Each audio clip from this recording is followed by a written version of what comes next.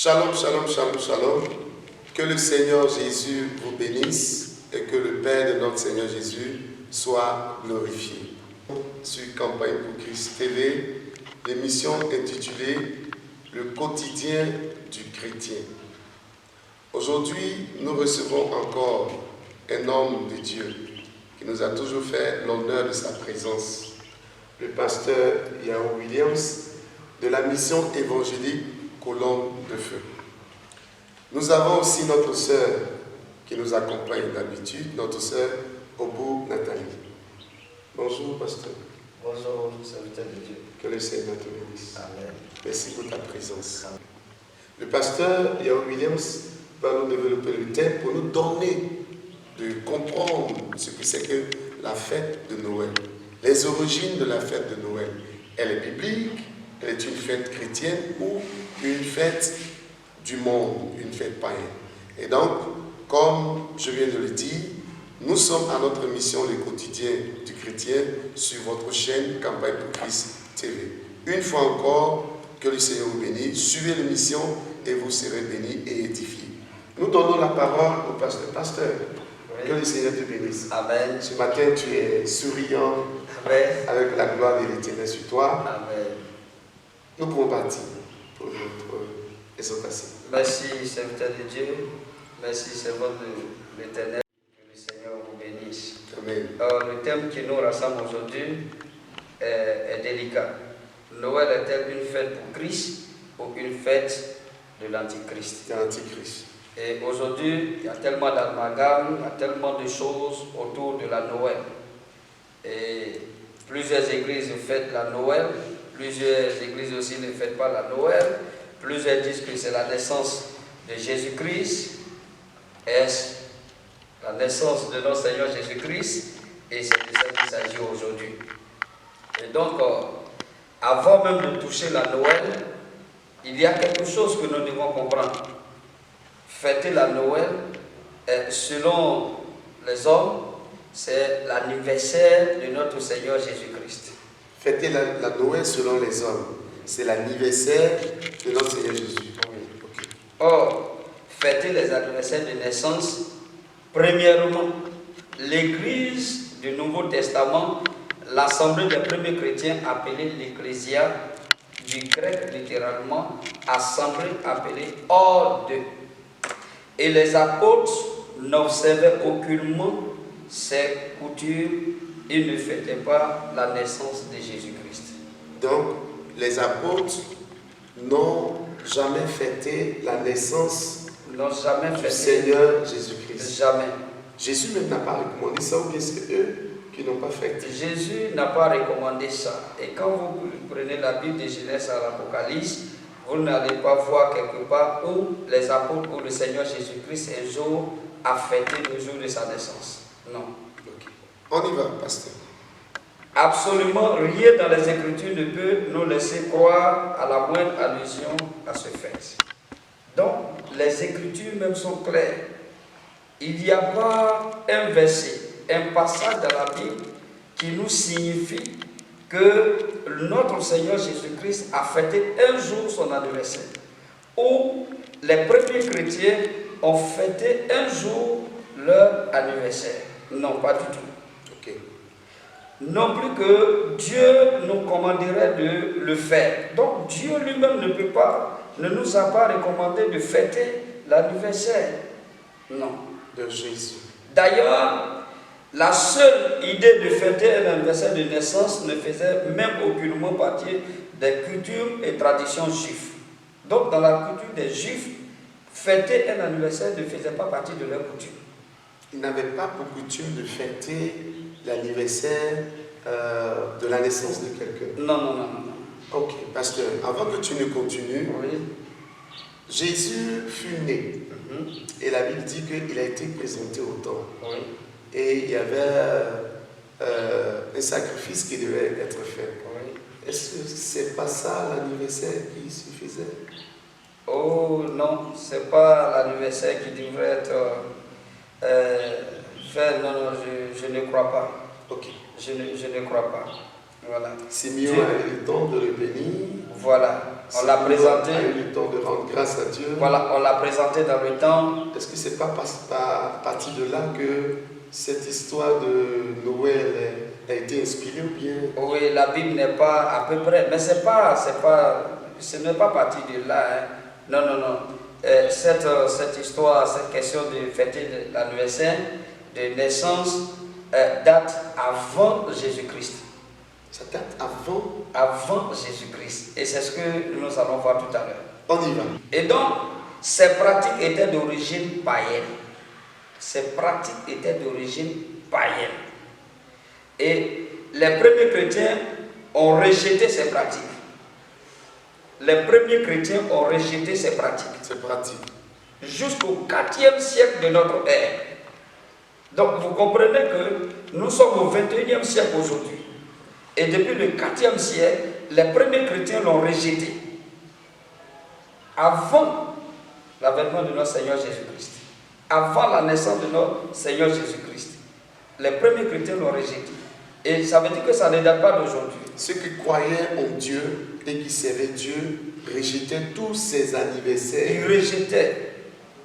Et donc fêter Noël, selon d'autres sources, se rapporterait à fêter l'anniversaire de naissance de Jésus-Christ.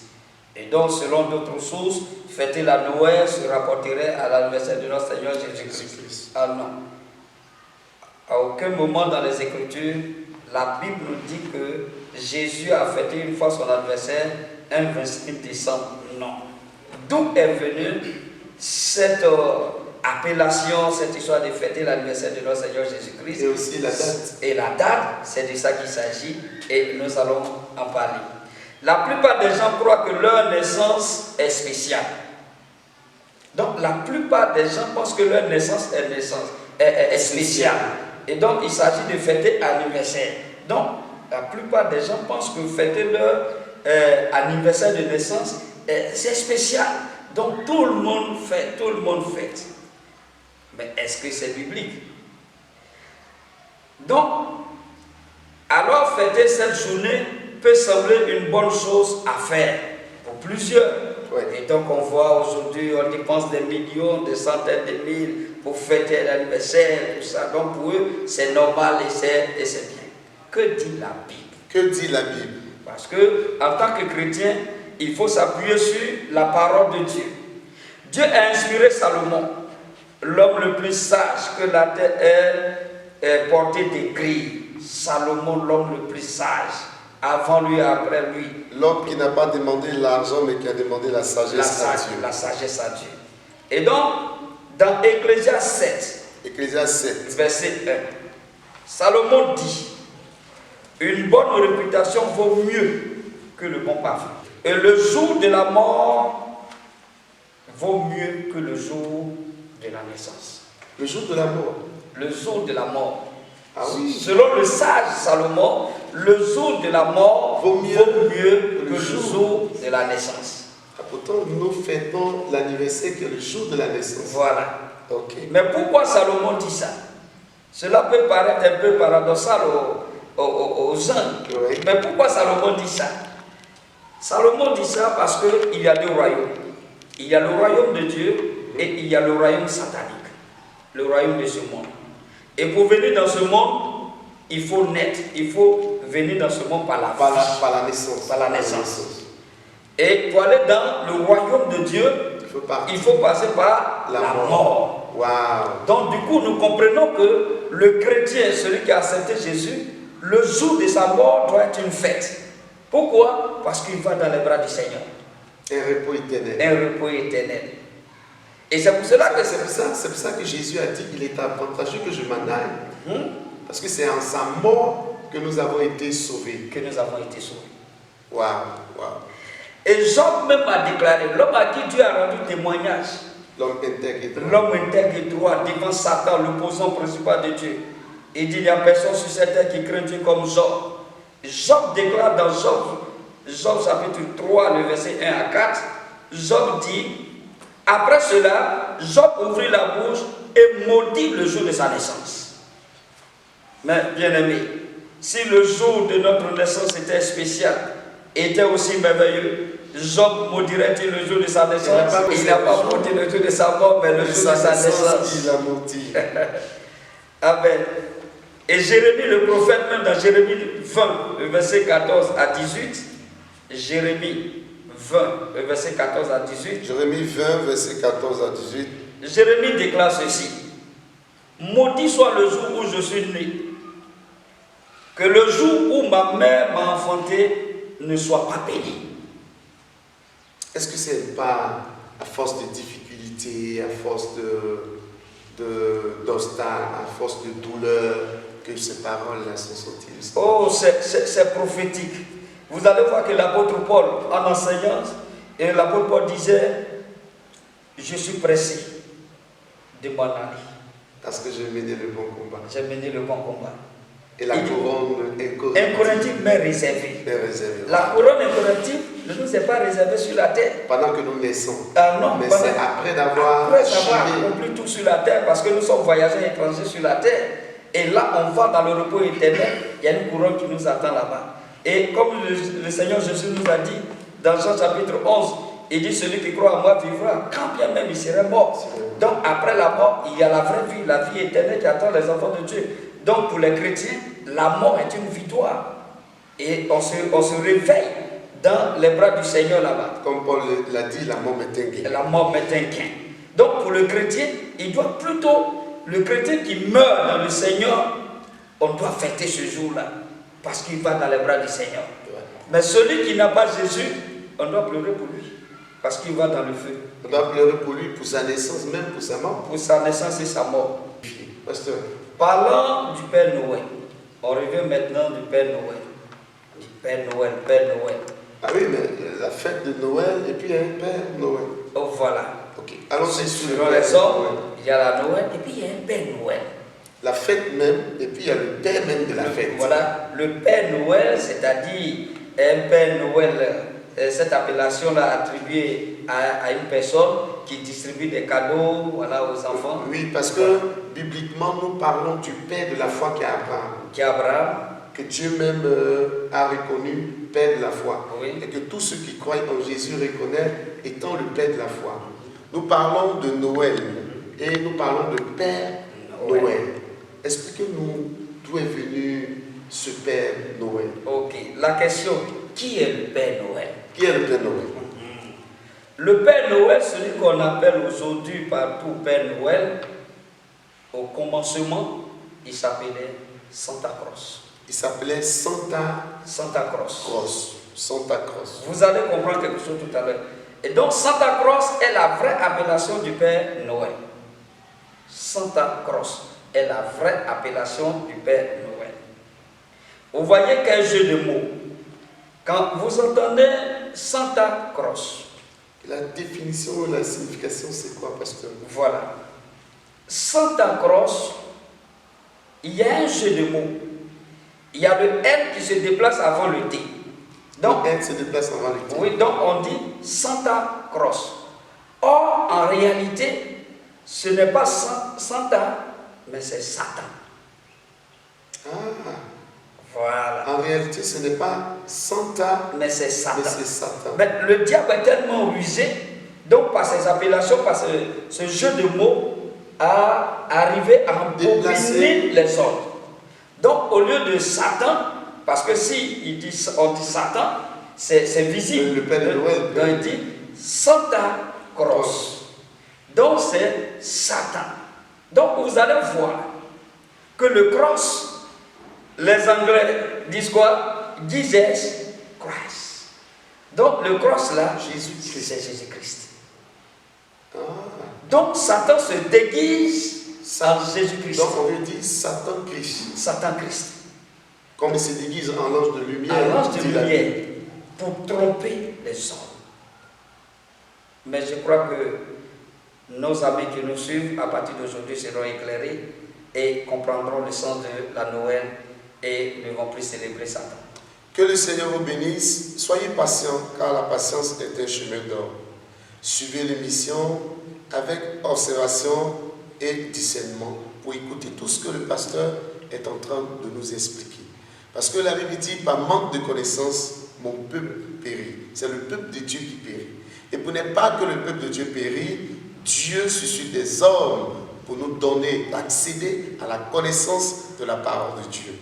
Écoutez, pasteur, s'il te plaît. Le but de Satan, vous comprenez que dans Luc chapitre 4 déjà, Jésus amené par l'Esprit dans le désert, il va tenter Jésus, mais il va dire à Jésus, tu vois ce monde m'appartient. Avec toute sa gloire, si tu te prosternes devant moi, je te donne. Donc le but que le diable veut atteindre, c'est que lui, il soit adoré. Il veut prendre la place de notre Seigneur Jésus-Christ pour être adoré et régner sur nous, et régner sur les hommes. Alléluia. Amen.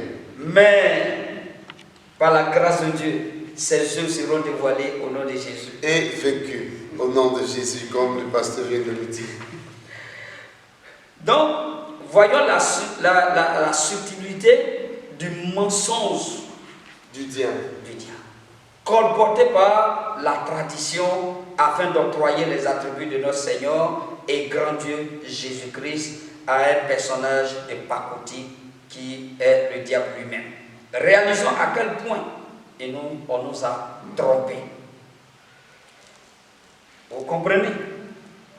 On nous a trompés. Nous parlons de Saint-Nicolas.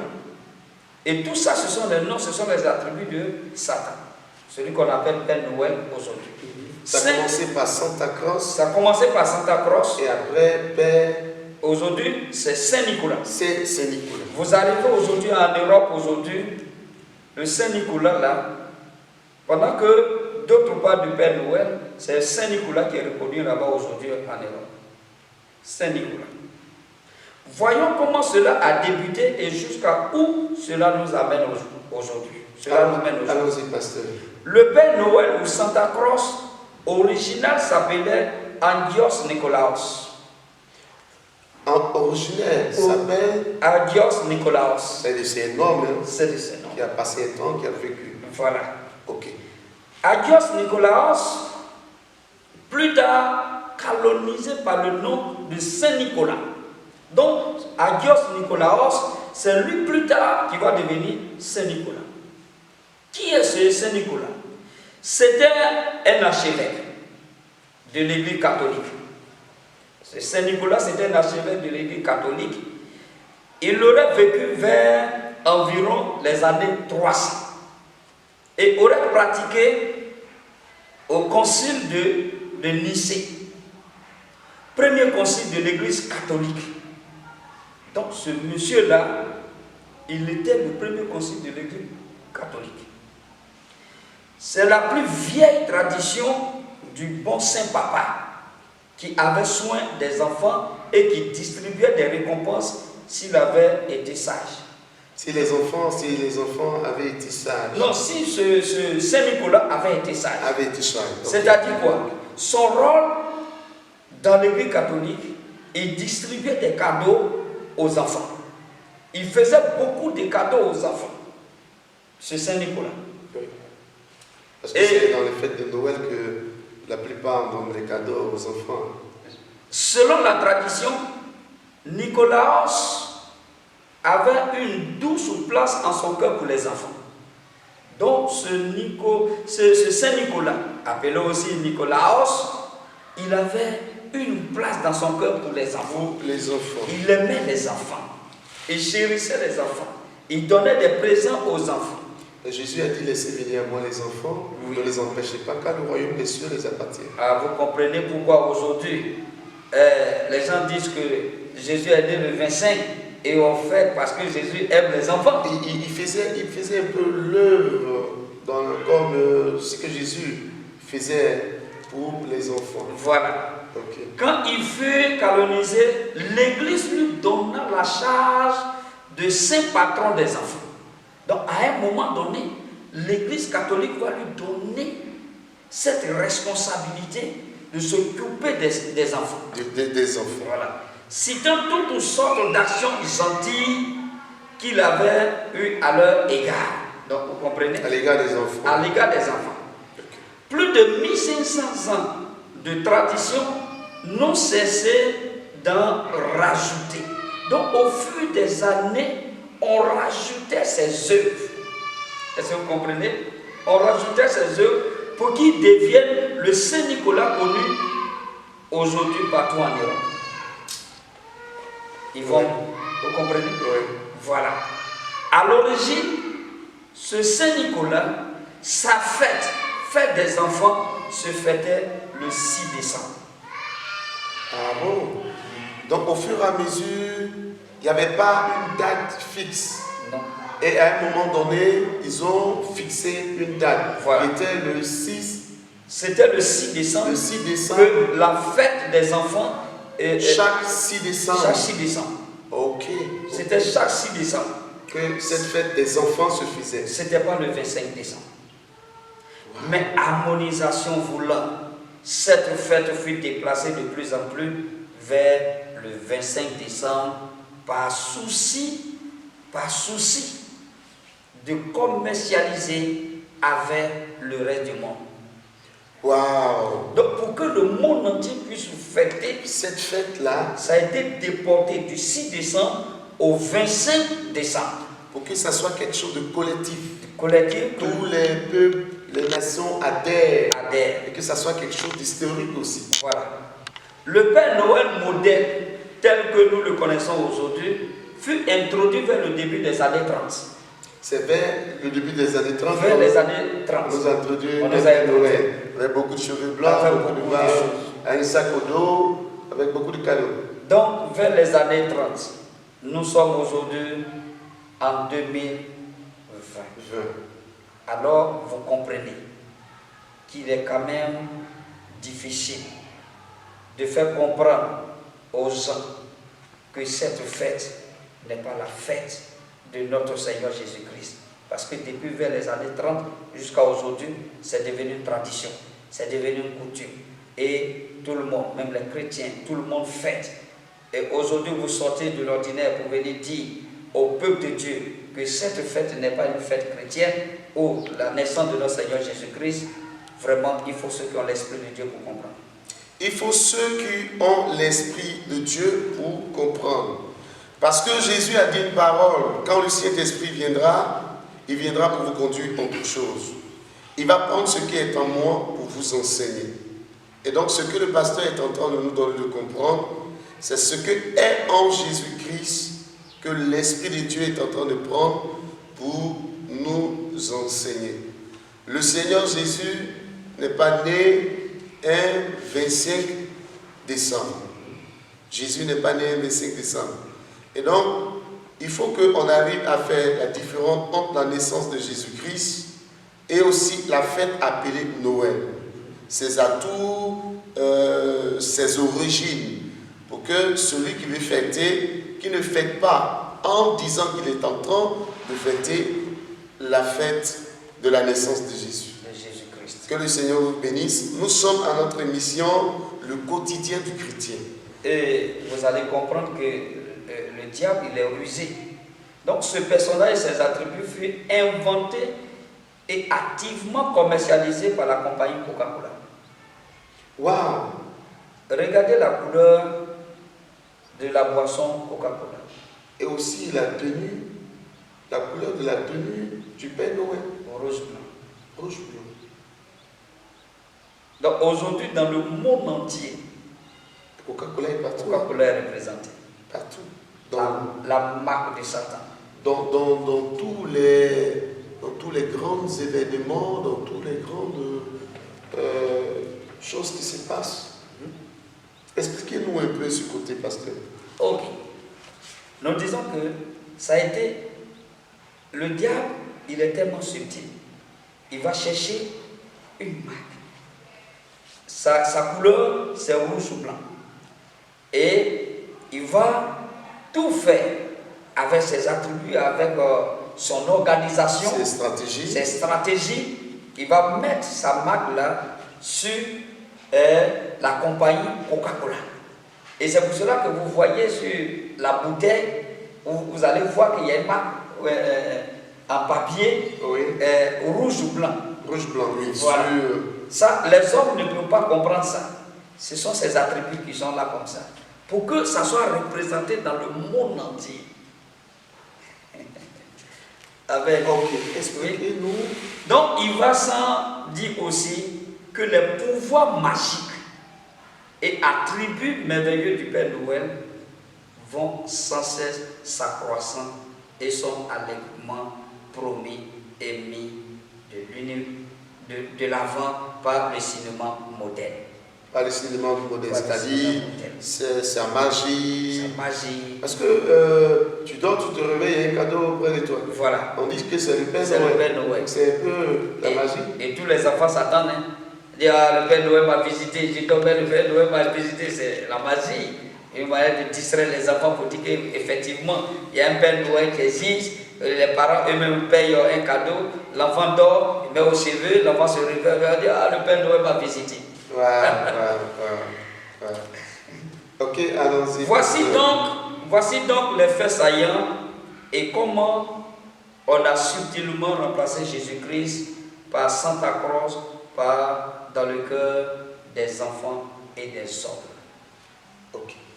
Allez-y tout à l'heure. Il y a quelque chose qui va vous choquer, serviteur de Dieu. Regardez le mot Noël. Le mot Noël. Le mot Noël oui. est un mot composé de no qui est une négation. No. C'est-à-dire non. Oui, c'est-à-dire non. No en anglais, c'est non. Et de elle. Noël. No. Et en anglais, veut dire non. Le El, c'est-à-dire El Elohim, El Shaddai, qui veut dire Dieu. Est-ce que vous comprenez? Oui. Alors, El Shaddai qui signifie Dieu, nous indiquant le sens réel de Noël comme signifiant. Noël. No, qui veut dire non, ou sans, et El, qui veut dire Dieu, El Shaddai. El Shaddai. Donc, la signification réelle de la Noël, sans Dieu. El Shaddai.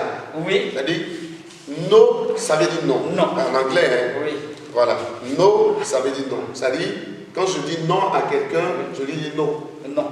Je ne suis pas d'accord, je lui dis voilà, je refuse. non. Et elle, qui est El Shaddai, El Elohim, oui. tout ça. Oui. Donc ça veut dire non Dieu. Non Dieu. Waouh! Ça aussi, c'est une révélation. Non Dieu. Non Dieu, ça veut dire sans Dieu. Sans Dieu. Sans Dieu. Donc Noël. Noël, waouh! Il faut l'Esprit de Dieu pour nous donner de comprendre ces choses. Il faut l'Esprit de Dieu. Il faut le Saint-Esprit pour nous donner de comprendre ces choses. Allez-y et faites vos recherches. No veut dire non en anglais. Dieu se fait appeler Elohim. Elohim. Donc si no veut dire non et qui dit Elohim, c'est-à-dire non Dieu, sans Dieu.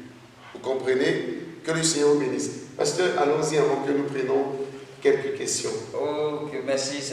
Donc nous retrouvons aussi le sens du mystère de l'iniquité dans le terme anglais et dit Christmas. Christmas. Qui signifie la messe de Christ. Christmas signifie la messe de Christ. Du Christ. Est-ce que vous comprenez? La messe. Sacrilège. Blasphématoire du sacrifice non sanglant et perpétuel de Christ fait à l'Église romaine. Donc l'origine de la Noël. Reprenez cette partie-là, s'il vous plaît, pasteur. Ça m'intéresse. Et je sais que ça intéresse aussi nos auditeurs. Je le fais pour vous. Donc nous disons que ce mystère de l'iniquité, dans le terme anglais, est appelé Christmas. Est appelé Christmas. Okay. Qui signifie la messe de Christ. La messe de Christ. Vous voyez, sacrilège, blasphématoire du sacrifice non sanglant et perpétuel de Christ fait par l'Église romaine. Donc nous comprenons tout de suite que la source de la Noël vient de l'Église de l'Église romaine. Romaine. Ce sont les catholiques Romains qui ont inventé ça. Et en introduisant ces choses-là, fait croire à l'humanité que c'est Jésus-Christ qui est célébré. Or, dans le fond, ce n'est pas Jésus-Christ qui est célébré, mais c'est le diable qui est célébré à cette date. À cette date. Mais les Romains ont toujours été ceux-là même qui aussi ont participé au jugement du Seigneur, à sa crucifixion, parce que ce sont les soldats romains qui l'ont chicoté, qui l'ont entraîné à la mort. Et après sa résurrection, ce sont ces soldats romains qui ont reçu de l'argent pour dire partout qu'il n'est pas ressuscité. Et ce sont ses disciples qui sont venus l'enlever. Pourquoi les mêmes personnes peuvent inventer une fête pour la naissance de ce grand Seigneur et Sauveur? À l'époque, c'était la puissance qui régnait sur le monde. La puissance romaine. La puissance romaine. Donc ils avaient le pouvoir et tout le monde était obligé d'accepter ce qu'ils d'accepter. Aujourd'hui, fait des problèmes. Aujourd'hui, quand nous voyons dans nos églises la manière dont les cultes se font, c'est parti des Romains. Et vous voyez que l'organisation de l'église aujourd'hui, le culte même que nous faisons aujourd'hui, est parti de l'église romaine. Vous voyez, c'est devenu une tradition, une coutume. Et on commence par telle chose, on commence par telle chose et on termine par telle chose. Voilà. C'est venu de l'église romaine. Tout est rédigé, tout est... Et c'est pour cela qu'aujourd'hui, nous avons le Saint-Esprit, nous devons nous conduire par l'Esprit de Dieu. Et ne pas faire les choses telles que l'église romaine nous a imposées. Et aujourd'hui, il y a tellement de traditions dans nos églises aujourd'hui. Ça provient de l'église romaine. Ça provient de l'église romaine. Nous allons prendre quelques questions. Nous sommes à notre émission Le quotidien du chrétien. Nous recevons sur votre plateau de Campagne pour Christ TV le pasteur Yao Williams. Nous allons donner la parole 1 minute encore au pasteur avant de passer aux questions. Voilà. Or, lorsque quelqu'un souhaite joyeux Noël à quelqu'un, c'est comme si lui disait en réalité, sois joyeux sans Dieu. Parce que c'est sans Dieu, no God, voilà. No Dieu, non Dieu. Donc quand quelqu'un souhaite joyeux Noël à quelqu'un, c'est comme si, c'est-à-dire dans le fond, la personne est en train de dire, sois en joie sans Dieu. Effectivement, parce que vous allez voir que le soir du 25 décembre, tous nous nous retrouvons dans les boîtes de nuit, dans les maquis, nous buvons du champagne, nous nous réjouissons, nous dansons. C'est à ce moment-là qu'on profite pour inviter la femme qui nous intéresse. C'est ça. La petite qui nous intéresse. Et dans notre esprit, nous sommes en train de fêter l'anniversaire de Jésus-Christ. Mais est-ce qu'on peut fêter l'anniversaire de Jésus-Christ au maquis, dans les bars et se livrer à la prostitution? À la débauche. C'est le diable qui est derrière cette affaire. Sois en joie sans Dieu. Sans Dieu. Sois en joie sans Dieu. La Bible dit que l'esprit de l'Éternel dans le cœur de l'homme est précieux que l'homme. Et la bénédiction de l'Éternel enrichit ne fait suivre d'aucun chagrin. Si l'Éternel bâtit la maison, ceux qui bâtit en vain. Si la joie qui est dans vos cœurs, ou la joie que vous célébrez, ne vous discipline pas, ne vous amène pas à craindre Dieu, à vous sanctifier et à l'obéir, tout ce que vous faites, vous le faites à l'honneur du diable. Lui qui n'a pas la vie, et lui qui n'est pas le chemin, la vérité et la vie. Nous sommes à notre mission, le quotidien du chrétien, sur votre chaîne Campagne pour Christ TV. Le pasteur qui nous encourage et qui nous éclaire sur ces choses s'appelle le pasteur Yao Williams de la mission évangélique Colombe de Feu. Nous allons permettre à notre sœur Obo Nathalie ici, elle a quelques questions à poser à notre pasteur. Merci pasteur pour l'entretien de tout à l'heure parce que nous venons de comprendre un peu la signification de la fête de Noël. Et on a compris que la Noël c'est sans Dieu. Sans Dieu. Et la Noël aussi n'est pas la naissance de Jésus-Christ. Le 25 décembre. Le 25 décembre. Par la naissance de Jésus-Christ. Et en tant que chrétiens, nous avons des enfants qui voient un peu partout le 25 décembre les amis auxquels les parents viennent donner des cadeaux de fête de Noël. Mais qu'est-ce que nous devons faire? Est-ce que nous devons donner des présents à nos enfants le 25 décembre? Parce que c'est une fête sans Dieu. Est-ce qu'en tant que chrétien, nous devons donner des présents à nos enfants pour leur dire c'est son cadeau de Noël ou pas? Merci ma soeur pour cette question. La Bible nous enseigne que nous sommes dans ce monde, mais nous ne sommes pas de ce monde. Et donc, nous ne sommes pas obligés de faire ce que le monde fait. Et nous, en tant que chrétiens, c'est à nous d'éduquer nos enfants. Et déjà, moi, mes enfants, j'ai déjà mis dans leur esprit que la Noël n'est pas une fête chrétienne. Et donc, quand le 25 arrive, ils ne s'attendent pas à un cadeau. Et ils sont tranquilles dans leur esprit. Ils se disent qu'eux-mêmes, les enfants même disent à leurs camarades que vraiment la Noël, là, ce n'est pas la fête de Jésus, que la fête de Dieu, c'est la Pâque. Et la fête de Dieu, c'est la Pâque. Mais la Bible dit instruit l'enfant selon la voie qu'il doit suivre.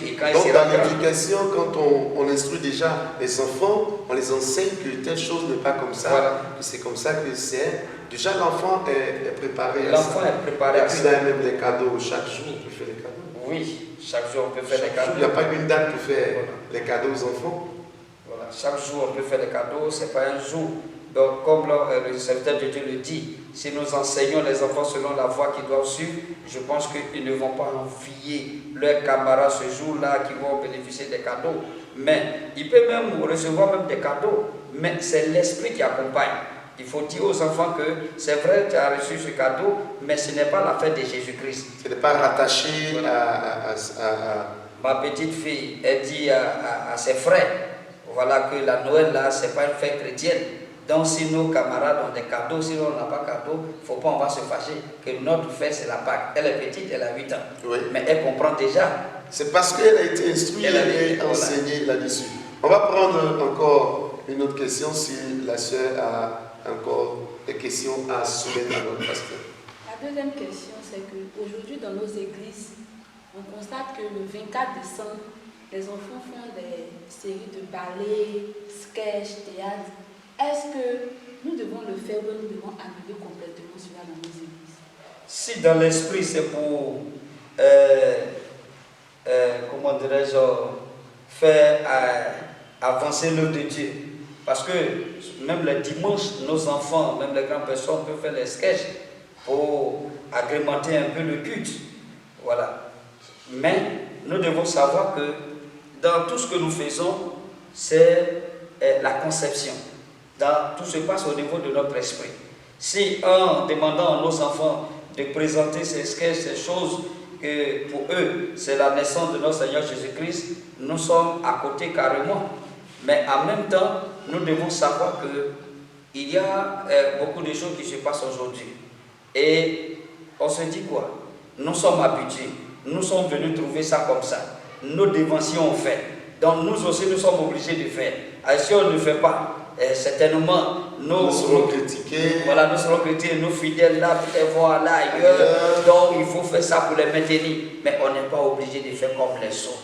Nous devons écouter la voix de l'Esprit et nous devons faire des choses selon l'Esprit de Dieu. On n'est pas obligé de faire comme les autres. Les disciples de Jésus-Christ a dit, apprends-nous à prier quand Jean-Baptiste a appris à prier à ses disciples. La prière que Jésus a appris à ses disciples est différente de la prière que Jean-Baptiste a appris à ses disciples. Nous sommes appelés à être l'exemple de Jésus crucifié et ressuscité dans les morts. Celui que nous devons imiter, suivre, c'est le Seigneur Jésus et sa parole. Tout est permis, mais tout n'est pas utile. Vous et moi, nous devons grandir et par humilité et par amour, nous soumettre à la parole de Dieu et faire ce qui est utile. Il y a ce que nous faisons à la gloire de Dieu et ce que nous faisons pour la gloire de Dieu. Quand quelqu'un est pour, ce que tu fais le glorifie. Et tu peux faire quelque chose à la gloire d'une personne et il peut ne pas être pour. Faites ce que est pour la gloire de Dieu, que Dieu soit pour. Si le Seigneur n'est pas pour que nous célébrons une fête à son honneur, à sa gloire, le 25 décembre, pour faire croire à l'humanité que le Seigneur Jésus est né un 25 décembre, nous serons tous en train de faire des erreurs. Et si nous sommes en erreur, nous ne serons pas sur le droit chemin qui mène à la vie et au salut. Jésus est le chemin, la vérité et la vie. Nul ne peut aller au Père sans passer par lui. C'est pourquoi tournez-vous vers le Seigneur Jésus, honorez-le et vous serez bénis. Notre mission tire à sa fin.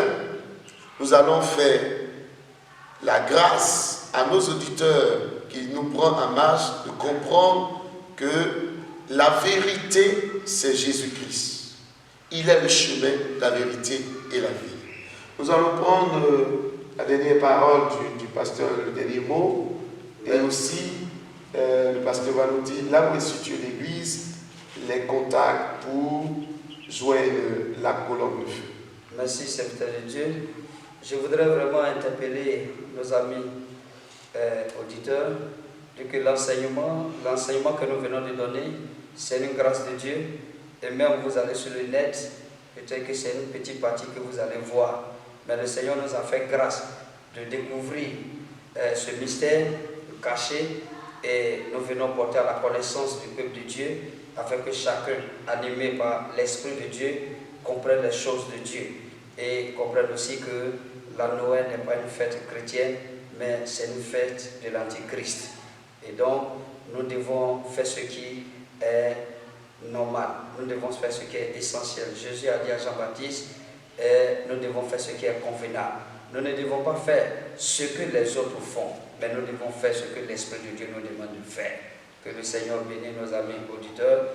L'église est située, la mission évangélique de la colonne de feu est située à Yahou, en face de l'hôpital de Yahou. En face de l'hôpital de Yahou. Oui, c'est à Beaunois, dans le département de Grand Bassam.